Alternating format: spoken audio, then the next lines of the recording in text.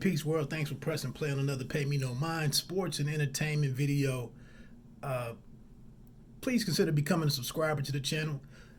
And if you like the way any of the information is being presented, hit the like button, leave a comment. I would love to hear your feedback, your point of view, how you see it. Again, this is just out here to create conversations. I just got a comment yesterday from a video I did a good year ago, and it was over somewhat of an obscure subject, and a person commented on it, and that might be the scope of or the magnitude of some interactions on here. It might just be one person, but at least that person found it, and it was something enough to them for them to comment. Also, check me out on the It's Always Personal podcast over on Apple Podcasts and Google Podcasts. All right, with the housekeeping stuff out of the way, let's jump right into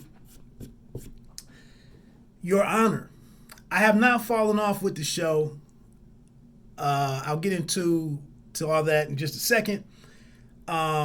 We're down to like 2 episodes. I believe we have part 9 tonight. It's Super Bowl Sunday. I'm taking the Chiefs. Shout out to Chiefs Kingdom. And then, the finale in episode or part 10. I'll give you my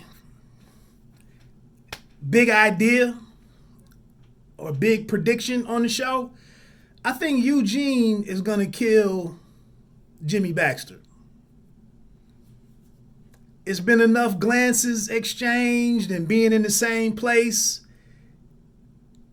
There's enough anger inside of Eugene. The only thing that's messing with my prediction is Lee is kind of chipping away at turning Eugene and getting him to go in a different direction and go away from the streets.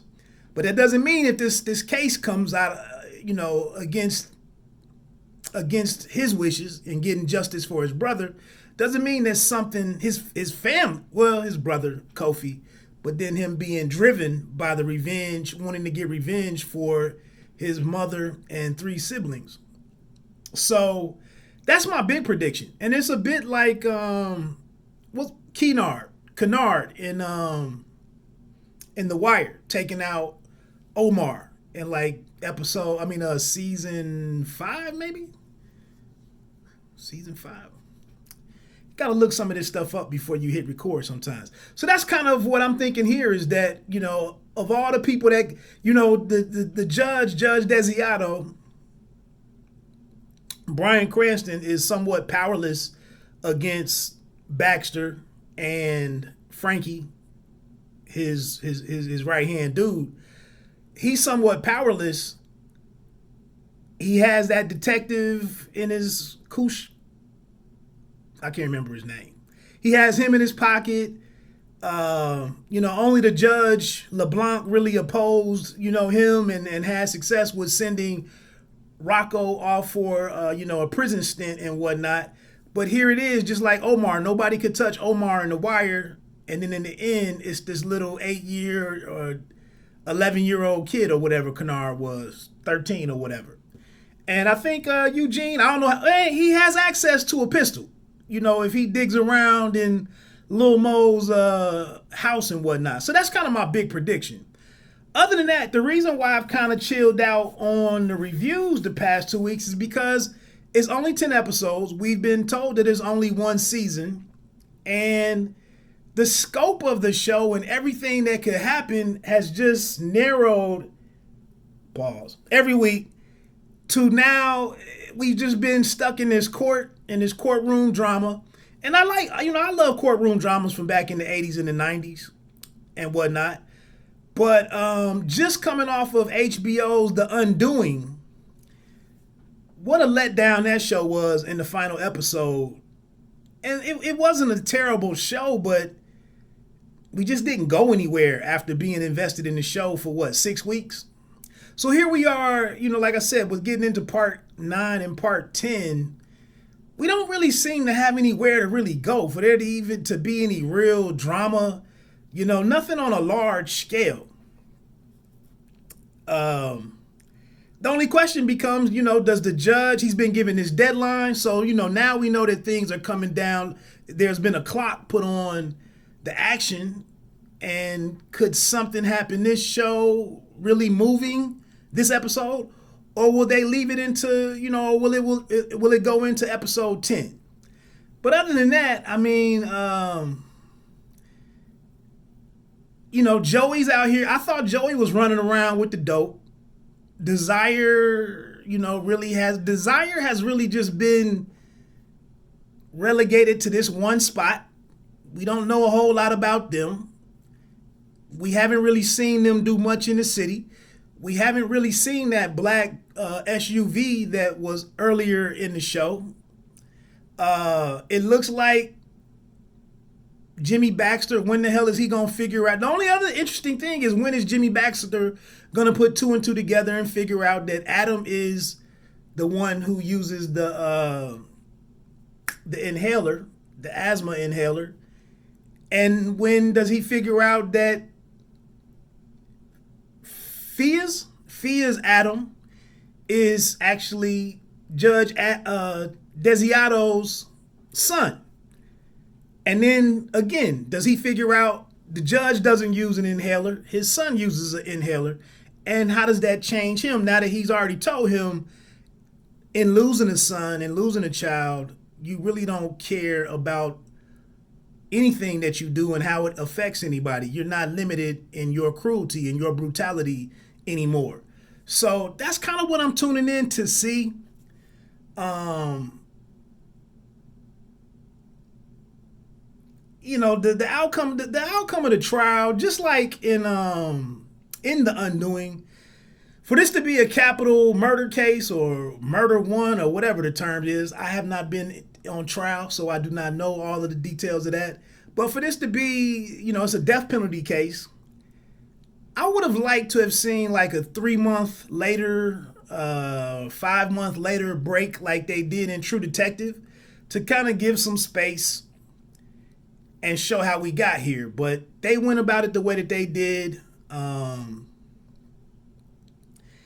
And it just seems so kind of implausible for him to steer this case, this clear-cut case down, for it to be a hung jury or a not guilty seems unfathomable.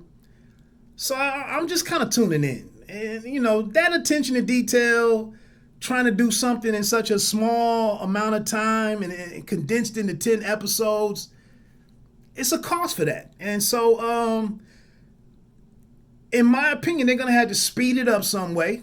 That's why you have this 10 o'clock timeline, buzzer, deadline, in a literal sense, that Baxter has put on to the judge. And he has to make something happen. And we know he kicked the sister off of the course, out of the jury. And now they have an alternate in there. And I don't foresee us getting to that deadline hasn't really left time for liberations to take place and for the jury to deliver a verdict. And it just... So we saw, Charlie has become kind of insignificant. Elizabeth, is that Margot Martindale? Is that her name? I think that might be her first name. Costello's been in the middle of things. Does she come through? What's going on with, what is going to come out of Lee and Desiato? She's probing and whatnot.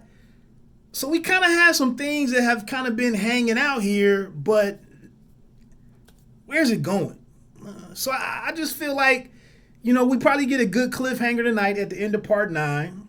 The judge sees probably, like I said, he should have just hopped on a plane. And Adam, Franny came back into the situation. She sees Adam with Fia holding hands.